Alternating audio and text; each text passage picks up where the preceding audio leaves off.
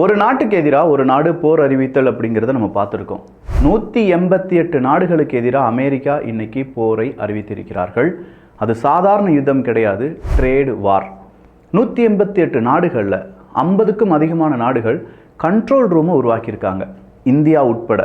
America போட்டிருக்கும் இந்த வரி யுத்தத்தில் எப்படி நம்ம நாட்டை பாதுகாப்பது, எப்படி இன்னொரு வெண்டாரை கண்டுபிடிப்பது, எப்படி இன்னொரு கஸ்டமரை கண்டுபிடிப்பது, இதனால் இந்தியாவில் இருக்கக்கூடிய பல தொழிற்சாலைகளுக்கு, தொழில் நிறுவனங்களுக்கு என்ன பாதிப்பு, அதை எப்படி ஓவர் கம் பண்ணலாம் இப்படின்னு சொல்கிறதுக்கான பல வல்லுநர்களை வரவழைத்து அதற்கான டிஸ்கஷனில் ஈடுபட்டு இருக்காங்க. இந்தியா மட்டும் கிடையாதுங்க, south Korea, Japan, Norway, Singapore, Australia, Canada, Mexico இப்படின்னு சொல்கிற ஏகப்பட்ட நாடுகள் இதே டென்ஷனில் தான் சுற்றிட்டு இருக்காங்க. இதனுடைய முதல் பாகத்தை நீங்கள் பார்க்கலனா கீழே லிங்க் இருக்குது, தயவு செஞ்சு பார்த்துருங்க. ஏன்னா முதல் பாகம் பார்த்தாதான் இந்த பாகம் புரியும், இந்த பாகத்தை பார்த்தாதான் அடுத்த பாகமும் புரியும். அன்பு தமிழ் நெஞ்சங்களுக்கு தமிழ் பொக்கிஷத்தின் வணக்கங்கள்.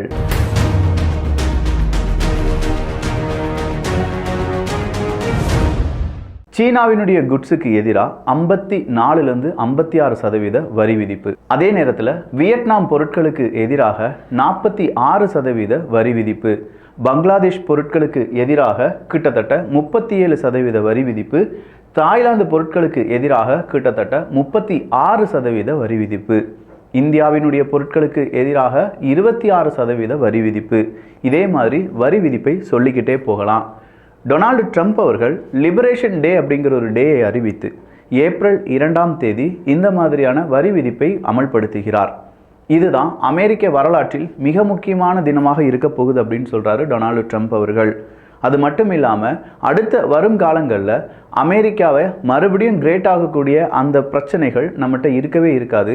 ஏன்னா அமெரிக்கா எகெயின் கிரேட் ஆகிவிடும் அப்படிங்கிற நம்பிக்கையும் கொடுத்திருக்கிறார். ஆனால் அமெரிக்கா அடுத்த வருடமே ரிசெஷனில் சிக்கும் அப்படிங்கிற ஒரு இன்ஃபர்மேஷன் வெளியாகி இருக்கிறது. இன்றைக்கி ஜப்பான் ஸ்டாக் மார்க்கெட்லேருந்து இந்தியாவினுடைய ஸ்டாக் மார்க்கெட் வரை இந்த வரி விதிப்பு அப்படிங்கிறத பற்றியான ஒரு மிக்ஸ்டு ஃபீலிங்கை உணர ஆரம்பிச்சிருப்போம். ஃபார்மாசூட்டிக்கலை தவிர மீதம் இருக்கும் பல பங்குகள் படுத்தே விட்டானையா அப்படிங்கிற லெவலில் தான் இருக்கிறது என்பதும் குறிப்பிடத்தக்கது. அமெரிக்கர்கள் தலையும் புரியாமல் வாழும் புரியாமல் அடுத்ததாக என்ன நடக்கும் அப்படிங்கிற பெரும் கேள்வியுடன் அவங்களுடைய எதிர்காலத்துக்காக காத்திருக்கிறார்கள். இந்த டாரிஃப் இப்போ டொனால்டு ட்ரம்ப் அவர்கள் விதித்திருக்கக்கூடிய இந்த டாரிஃப் அப்படிங்கிறதுனால இந்தியாவுக்கு பாதிப்பு இருக்குது, அமெரிக்கர்களுக்கும் பாதிப்பு இருக்கா? அமெரிக்கா டீக்ளோபலைசேஷன் அப்படிங்கிறத இனிஷியேட் பண்ணிட்டாங்களா? இந்த கேள்வியை எல்லாருமே கேட்டுட்ருக்காங்க. ஆல்ரெடி டாரிஃப்னா என்ன, இந்த டாரிஃப் வார், ரெசிப்ரோக்கல் டாரிஃப் அப்படிங்கிறதுலாம் என்ன அப்படிங்கிறத பாகம் 1 நம்ம பார்த்துருந்தோம். இப்போது இந்தியாவில் ஒரு கண்ட்ரோல் ரூமாக வைக்கிறாங்க. அந்த கண்ட்ரோல் ரூமில் ஏகப்பட்ட நபர்கள் சேர்ந்து 26% இந்தியாவுக்கு எதிராக அமெரிக்கா வரி விதிக்கிறார்கள். இதுவரையிலும் சில பொருட்களுக்கு 3% வரி விதித்திருந்தார்கள், சில பொருட்களுக்கு 0% வரி விதித்திருந்தார்கள். திடீர்னு 26% வரி விதிப்பு அப்படின்னு சொன்ன உடனே இதை எப்படி நம்ம ஓவர் கம் பண்ண போகிறோம் அப்படின்னு சொல்லி அவங்க சிந்தித்து கொண்டிருந்த அந்த நேரத்தில் நமக்கு கிடைச்ச டேட்டாவை உங்கள் முன்னாடி கொடுக்க போகிறேன். அமெரிக்கா இந்தியா இந்த ட்ரேட் யுத்தத்தில் யார் வின் பண்ணியிருக்காங்க அப்படின்னு கேட்டால் ஃபார்மாசியூட்டிக்கல் நிறுவனங்கள் மட்டும்தான். கிட்டத்தட்ட ஃபார்மாசியூட்டிக்கல் அப்படின்னு நம்ம எடுத்து பார்த்தோம்னா அமெரிக்காவிடமிருந்து இந்தியா இறக்குமதி செய்யக்கூடிய ஃபார்மாசியூட்டிக்கலினுடைய அளவு கிட்டத்தட்ட ஒரு 800 மில்லியன் அமெரிக்க டாலர். ஆனால் அதே நேரத்தில் ஃபார்மாசியூட்டிக்கல் லெவலில் நாம் அமெரிக்காவுக்கு எக்ஸ்போர்ட் பண்ணுறது எவ்வளவு அப்படின்னு கேட்டிங்கன்னா தோராயமாக 8.7 பில்லியன் அமெரிக்க டாலர். இதில் டொனால்டு ட்ரம்ப் அவர்கள் கை வைக்காததுனால ஃபார்மாசியூட்டிக்கல் தான் வின்னர் அப்படின்னு சொல்லி நாம் சொல்ல முடியும். அப்போது ஒரு வின்னர் இருக்காங்கன்னா தோல்வியாளர்கள் நிறைய பேர் இருப்பாங்கல்ல. ஃபர்ஸ்ட் ப்ரைஸ் ஒரு நபருக்கு தான், ஆனால் தோற்றவர்களுடைய எண்ணிக்கை நிறைய இருக்கும்ல. அப்போ யார் யாருக்கு என்னென்ன பாதிப்புகள் இருக்க போகுது அப்படிங்கிறத ஒவ்வொன்றா பார்க்க போகிறோம். பேஸ்லைன் டாரிஃபா எல்லா ப்ராடக்ட்டுக்கும் அமெரிக்கா எந்தெந்த பொருட்களை இறக்குமதி பண்ணுறாங்களோ எல்லா பொருட்களுக்கும் பேஸ்லைன் டாரிஃப் அப்படிங்கிறத அவங்க 10% உயர்த்தி இருக்கிறார்கள். ஸோ எந்த நாடு அப்படிங்கிறதுலாம் இல்லைங்க, எந்த நாட்டிலேருந்து வந்தாலுமே அது 10% என்ன வந்துடும், அவங்களுக்கான டேக்ஸ் அப்படிங்கிறது வந்துடும். இதில் ஃப்ரீ ட்ரேட் அக்ரிமெண்ட், எம்டிசி அப்படின்னு சொல்கிற டேர்ம்ஸ்லாம் இருக்குது, அதெல்லாம் பிறகு பார்க்கலாம். இப்போ பார்த்தோன்னா டோட்டலாக கன்ஃபியூஸ் ஆயிடுவோம். ஒட்டுமொத்தமாக தெரிந்து கொள்ள வேண்டும் என்றால் எல்லா பொருட்களுக்கும் 10%, அதன் பிறகு யார் யார் நமக்கு ரொம்ப வரி விதித்திருக்கிறார்களோ அவர்களை ரெசிப்ரோக்கல் டாரிஃப் வழியாக இந்தியா 26% வரி விதிச்சிருக்குன்னா இந்தியாவுக்கும் 26%. அடுத்ததாக நம்ம பார்க்க வேண்டியது ஆட்டோமொபைல்ஸ், ஸ்டீல் இண்டஸ்ட்ரிக்கெல்லாம் சேர்த்து ஒரு 25% வரி அப்படிங்கிறத விதிச்சிருக்காங்க. இது ஜப்பான், ஜெர்மனி, சவுத் கொரியாவினுடைய பல ஆட்டோ மேக்கர்ஸ் அப்படிங்கிறவங்களை பெரிய துக்க நிலைமையில மாற்றிருக்கு அப்படின்னு சொல்லலாம். இந்தியாவுக்கு எதிராக 26% வரி விதித்திருக்காங்க. சீனாவுக்கு எதிராக 50க்கும் அதிகமான சதவீதம் வரி விதித்திருக்கிறார்கள் அப்படின்னு சொன்னோம்ல. ஆனால் அதே நேரத்தில் அமெரிக்க நிறுவனமான ஆப்பிள் அவங்களுடைய இம்போர்ட்டில் நிறைய பொருட்கள் அவங்க இம்போர்ட் தான் பண்ணுறாங்க. அவங்க எல்லாத்தையுமே மேனுஃபேக்சர் பண்ணுறது கிடையாது. அவங்களுடைய இறக்குமதியில் 56% சீனாவை நம்பி மட்டுமே இருக்காங்க. இந்தியாவை பொறுத்த வரைக்கும் ஒரு 26% ஆப்பிள் ப்ராடக்ட்ஸை நாம் என்ன செஞ்சுட்டு இருக்கோம், எக்ஸ்போர்ட் பண்ணிட்டு இருக்கோம். வியட்நாமை பொறுத்த வரைக்கும் 46% அப்படிங்கிறத எக்ஸ்போர்ட் பண்ணிட்டு இருக்காங்க. அப்போ எல்லா நாடுகளுக்கு எதிராக அமெரிக்கா இப்போ டாக்ஸை உயர்த்திட்டாங்க அப்படின்னு சொல்லும்போது கண்டிப்பாக ஆப்பிள் ப்ராடக்ட்ஸுக்கும் விலை அப்படிங்கிறது அதிகமாக வாய்ப்புகள் இருக்கின்றன. இந்த இடத்துல என்னடா இப்போவே ஆப்பிள் ஃபோன்லாம் வாங்கணும்னா ஒரு கிட்னியை விற்க வேண்டியதாக இருக்கே, வரும் காலத்தில் இது அடுத்த 2 கிட்னியும் விற்றாதான் ஒரு ஆப்பிள் ப்ராடக்டை வாங்க முடியுமா அப்படிங்கிற ஒரு கேள்வி உருவாக்குது பார்த்தீங்களா? இதை இன்னும் கொஞ்சம் டீப்பாக தெரிந்து கொள்ள வேண்டும் என்றால் எந்தெந்த செக்டார் அடி வாங்க போகுது அப்படிங்கிறத பார்க்கலாம். ஃபர்ஸ்ட் நம்ம பார்க்க வேண்டியது எல்லோருக்குமே ரொம்ப ரொம்ப தேவையான டெக்ஸ்டைல் தான். உடை இல்லாமல் மனிதர்கள் கிடையாது. ஆனால் அதே நேரத்தில் அமெரிக்காவினுடைய சந்தைகளில் ஆதிக்கம் செலுத்தி கொண்டிருந்த இந்தியாவினுடைய டெக்ஸ்டைல் பிஸ்னஸ், அதே மாதிரி பங்களாதேஷினுடைய டெக்ஸ்டைல் பிஸ்னஸ் அப்படிங்கிறது எல்லாமே இன்னைக்கு டோட்டலாக கொலாப்ஸ் ஆகிருக்கு அப்படின்னு சொல்லலாம். இந்தியா 100 கிலோவை இந்தியாவிலிருந்து பல நாடுகளுக்கு ஒரு 200 நாடுகளுக்கு எக்ஸ்போர்ட் பண்ணுறோன்னு வச்சுக்கோங்களேன். அதில் 28 கிலோவை அமெரிக்காவுக்கு மட்டுமே நம்ம எக்ஸ்போர்ட் பண்ணிட்டு இருந்தோம். மீதம் இருக்கும் ஒரு 82 கிலோகிராம் மட்டும்தான் 190 நாடுகளுக்கு நம்ம அனுப்பிட்டு இருந்தோம். 28 கிலோவை யாருக்கு அனுப்பிட்டு இருந்தோம், அதாவது 28% அமெரிக்காவுக்கு தான் நம்ம அனுப்பிட்டு இருந்தோம். ஸோ இந்தியாவினுடைய டெக்ஸ்டைல் அப்படிங்கிறது அமெரிக்காவை நம்பி இருந்தது அப்படின்னு சொன்னால் மிகையல்ல. அதே மாதிரி அமெரிக்காவும் இந்தியாவினுடைய டெக்ஸ்டைல்ஸ் ப்ராடக்ட்ஸை நம்பி இருந்தாங்க என்பதும் குறிப்பிடத்தக்கது. ஃபினான்ஷியல் இயர் 2024 எடுத்து பார்த்தோம்னா அது கிட்டத்தட்ட 9.6 பில்லியன் அமெரிக்க டாலராக இருக்குது இந்த டெக்ஸ்டைல் பிஸ்னஸ் மட்டும். இப்போ இந்தியாவினுடைய இந்த டெக்ஸ்டைல் பிஸ்னஸ் 26% வரி விதிப்பு வந்திருக்கக்கூடிய காரணத்தினால என்ன சிக்கல் உருவாகும்? இந்தியாவினுடைய ப்ராடக்ட் அமெரிக்காவுக்கு அதிகமாக போகாது. 26% கொடுத்து நம்ம வரி விதித்து அந்த வரியிலிருந்து, அதாவது இப்போ 100 ரூபாய்க்கு நம்ம கொடுக்க பொருளை 126 ரூபாய்க்கு கொடுக்கணும். இந்த 126 ரூபாய்க்கு வாங்கி 150 ரூபாய்க்கு அங்கே இருக்கக்கூடிய ஒரு ரீட்டைலரால் விற்க முடியுமான்னு கேட்டால் விற்க முடியாது. அப்போ அதே நேரத்தில் 180, 190 இல்லாட்டி 200 ரூபாய்க்கு விற்க வேண்டிய ஒரு தருணத்துக்கு போகுது. இந்த 200 ரூபாய் கொடுத்து அங்கே இருக்கக்கூடிய மக்கள் இதை வாங்குவாங்களா அப்படின்னு பார்த்தா எகெயின் அங்கேயும் சிக்கல் வருது. அமெரிக்கர்களுக்கு பெரிய ஆப்பை ரெடி பண்ணி வச்சுட்டாரு டொனால்டு ட்ரம்ப் அவர்கள். டெக்ஸ்டைல்லையே இவ்வளோ பெரிய சிக்கல் இருக்கும்போது அடுத்தடுத்த விஷயங்களை பார்க்கும்போது மலைக்க வைக்கக்கூடிய உண்மையாக மாறி நிற்கக்கூடிய சில விஷயங்கள் பார்க்கலாம். அமெரிக்காவில் இருக்கக்கூடிய துணிக்கடைகள் கொஞ்சம் பேனிக்கில் இருப்பாங்க. ஏன்னா இந்தியாவிலிருந்து சில பொருட்கள் வராது, வந்தாலும் அது அதிகமான விலைக்கு வரப்போகுது. இவ்வளோ நாள் வெறும் 3% மட்டும்தான் நம்முடைய டெக்ஸ்டைல் பிஸ்னஸுக்கு அமெரிக்கா வரி விதித்து கொண்டிருந்தார்கள். ஸோ 3 ரூபாய் கொடுக்கறதுக்கும் 23 ரூபா எக்ஸ்ட்ரா கொடுக்கறதுக்கும் வித்தியாசம் இருக்கிறதுனால அங்கே இருக்கக்கூடிய மக்கள் அவங்களுடைய டெக்ஸ்டைல் தேவைகளுக்காக என்ன செய்ய வேண்டியிருக்கும், கூடுதலான பணத்தை செலவழிக்க வேண்டியதாக இருக்கும். இல்லை நம்ம வேறு மார்க்கெட்டை கண்டுபிடிக்கலாம் அப்படின்னு சொல்லி பார்த்தா அமெரிக்காவுக்கு இவ்வளவு டெக்ஸ்டைலை ஏற்றுமதி செய்யக்கூடிய இன்னொரு நாடை அமெரிக்கா எப்படி கண்டுபிடிப்பாங்க அப்படிங்கிறது அடுத்ததாக இருக்கக்கூடிய கேள்வி. ஸோ அமெரிக்கன் மார்க்கெட் ப்ளஸ் அமெரிக்காவில் இருக்கக்கூடிய நபர்கள் அவங்களுடைய வீடுகள், அவங்களுடைய தொழிற்சாலைகள், அங்கே இருக்கக்கூடிய ஸ்கூல்ஸ், காலேஜஸ் இப்படின்னு சொல்கிற எல்லா இடங்களிலுமே இந்த டாரிஃப் வார் அப்படிங்கிறது அதனுடைய முகத்தை, கோர முகத்தை காண்பிக்கும். அடுத்ததாக இருக்கக்கூடியது ஜெனரிக் ட்ரக்ஸ் அப்படின்னு சொல்கிறாங்க. இந்த ஜெனரிக் ட்ரக்ஸ் வேறு, அந்த ஃபார்மாசியூட்டிக்கல் ட்ரக்ஸ் அப்படிங்கிறது வேறு. இந்த ஜெனரிக் ட்ரக்ஸ் அப்படின்னு சொல்கிறதுக்கு பெரிய அளவில் லாபம்லாம் இருக்காது. ஆனால் இந்த ஜெனரிக் ட்ரக்ஸ் அப்படிங்கிறது விலை கம்மியாக கிடைக்கும். அமெரிக்கர்களை பொறுத்த வரைக்கும் 40% அவங்க ஜெனரிக் ட்ரக்ஸ் கன்சியூமர்ஸ் தான். ஜெனரிக் ட்ரக்ஸ்னால் அவங்களுக்கு பெயர் தெரியும், இந்த பெயரில் எனக்கு இந்த ட்ரக் வேணும், இவ்வளோ கான்சன்ட்ரேஷன் இருக்கணும் அப்படின்னு சொல்லி அவங்க சொல்லுவாங்க. அங்கே இருக்கக்கூடிய மெடிக்கல் அதை எடுத்து கொடுக்கணும்னு வச்சுக்கோங்களேன். இந்த ஜெனரிக் ட்ரக்ஸ் அப்படிங்கிறதுக்கும் வரி விதிப்பு அப்படிங்கிறது வந்திருக்கு. அப்போ இவ்வளோ நாள் சீப்பாக கிடச்சிட்டு இருந்த இந்த ஜெனரிக் ட்ரக்ஸ், 40% அமெரிக்கர்கள் உபயோகித்து கொண்டிருந்த இந்த ஜெனரிக் ட்ரக்ஸினுடைய விலை எக்ஸ்ட்ராவாக 26% அதிகரிக்க போகுது. ஆனால் அதே நேரத்தில் பல நிறுவனங்கள் இருப்பாங்கல்ல. இப்போ நம்ம ஊரில் நம்ம என்ன சொல்லுவோம், இந்தியாவை வந்து ஃபார்மசி ஆஃப் த வேர்ல்டு அப்படின்னு சொல்லுவாங்க.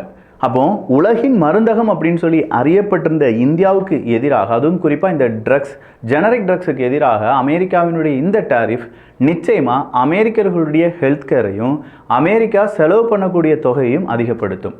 அமெரிக்காவில் இருக்கக்கூடிய ஒரு பெரிய சிக்கல் என்ன தெரியுமா? அங்கே ரொம்ப சுலபமாக ரொம்ப விலை கம்மியாக அவங்களுடைய உடலை பாதுகாக்க முடியாது. அப்படின்னா இன்சூரன்ஸினுடைய ரேட்டும் அதிகப்படுத்துவதற்கான வாய்ப்புகள் இருக்குது அப்படின்னு சொல்கிறாங்க. இது அமெரிக்காவுக்கு சிக்கல் தான். இவ்வளோ நாள் இந்த ஜெனரிக் ட்ரக்ஸ் அப்படின்னு சொல்கிறதுக்கு ஒட்டுமொத்தமாக 0% டேக்ஸை மட்டுமே லீவ் பண்ணிட்டு இருந்த அமெரிக்கா இப்போ 26% அப்படின்னு சொல்லும்போது அதனுடைய எஃபெக்டை கொஞ்சம் கண்ணை மூடி யோசிச்சு பாருங்க. Next steel and iron products அப்படின்னு சொல்லலாம். இந்த ஸ்டீல் அண்ட் அயன் ப்ராடக்ட்ஸ் அப்படின்னு சொல்லும்போது இந்தியா அமெரிக்காவுக்கு ஏற்றுமதி செய்யக்கூடிய இந்த பிஸ்னஸினுடைய வால்யூம் $2.76 பில்லியன் அமெரிக்க டாலர் 2023 பொறுத்தவரை. ஆனால் 2024 2025 இன்னும் ஸ்டீல் அயன் ப்ராடக்ட்ஸ் அப்படிங்கிறது கூடுதலாக நம்ம அமெரிக்காவுக்கு ஏற்றுமதி பண்ணியிருக்கோம்.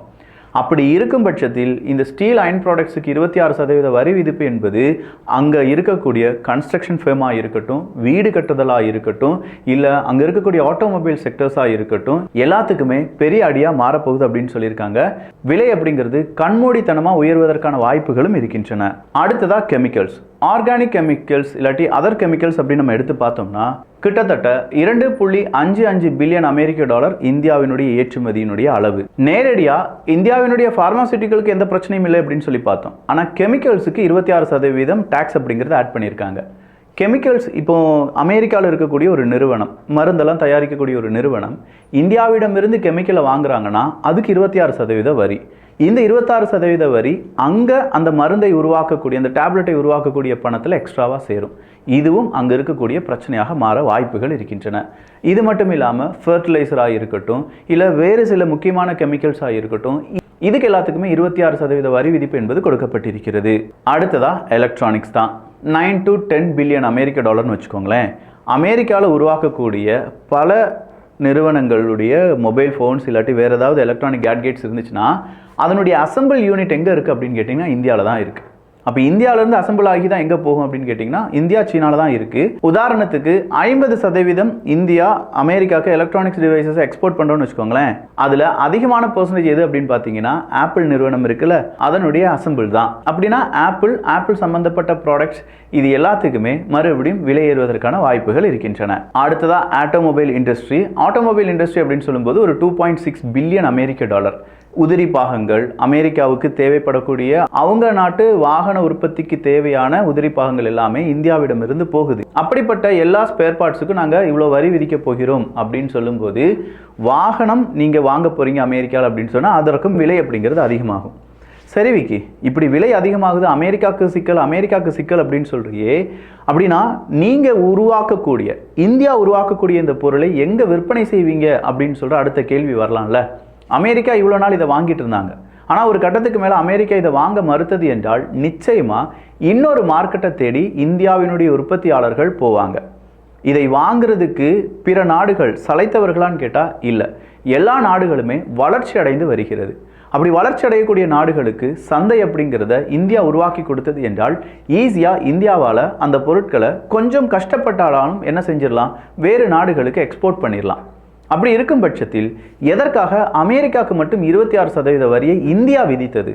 எனவே தானே அமெரிக்கா இந்தியாவுக்கு எதிராக 26% வரியை விதித்தார்கள் அப்படின்னு சொல்லி நீங்கள் கேட்கலாம். இங்கே நீங்கள் பிரித்து பார்க்க வேண்டிய சில பொருட்கள் இருக்குது. அது வளர்ந்த நாடுகள், வளர்ச்சி அடையும் நாடுகள் அப்படிங்கிறது தான். வளர்ந்த நாடுகளை பொறுத்த வரைக்கும் அவங்களுக்கு இந்த மேனுஃபேக்சரிங் ஹப்பாக இருக்கட்டும், தனிநபர் வருமானமாக இருக்கட்டும், இது எல்லாமே ரொம்ப கூடுதலாக இருக்கும்.